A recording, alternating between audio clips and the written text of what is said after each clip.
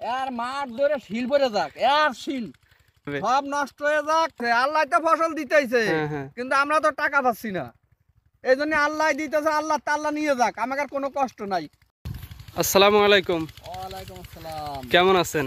আলহামদুলিল্লাহ, আল্লাহ রাখছে ভালো। আপনার পরিচয়টা দেন আমাদের। আমার নাম মোহাম্মদ জসিম কাজী। জি, আপনার বাসা কোথায়? এই রামদিয়া। তো পেঁয়াজ কেমন হয়েছে? হ্যাঁ, পেঁয়াজ কেমন হয়েছে?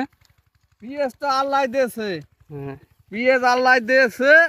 আল্লাহরে কইতেছি কি, হ্যাঁ হ্যাঁ আর এই মাঠ ধরে এরকম সাদা শিল আছে না, শিলা, হ্যাঁ হ্যাঁ আর মাঠ ধরে শিল পরে যাক, আর শিল তাহলে তো পেঁয়াজ সব নষ্ট হয়ে যাবে। সব নষ্ট হয়ে যাক। হ্যাঁ হ্যাঁ, আমার কাছে কথা হলো যে এই জগতে সুজা কথা, কৃষকের প্রতি কোনো সরকার নাই। হ্যাঁ কৃষকের প্রতি কোনো সরকার নাই, শুধু শুধু কৃষকগুলো এত হয়রানি করে, এত করে বাইসে থাকার কোনো সিস্টেম নাই।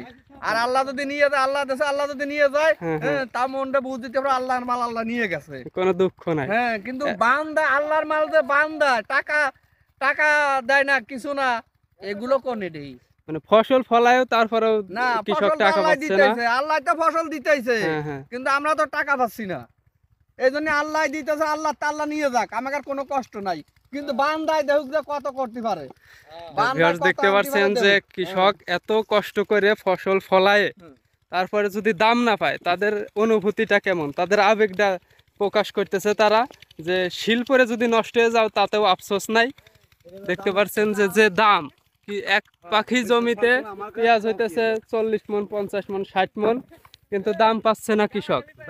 দেখতে পাচ্ছেন যে পেঁয়াজ গুলা কিন্তু মাশাআল্লাহ অনেক চমৎকার হয়েছে, কিন্তু ন্যায্য মূল্যটা সেটা কিন্তু কৃষক পাচ্ছে না। 1500 সর্বনিম্ন কাঁচা পেঁয়াজ যদি 1500 থাকে, তাহলে কৃষকের খরচের টাকা হবে।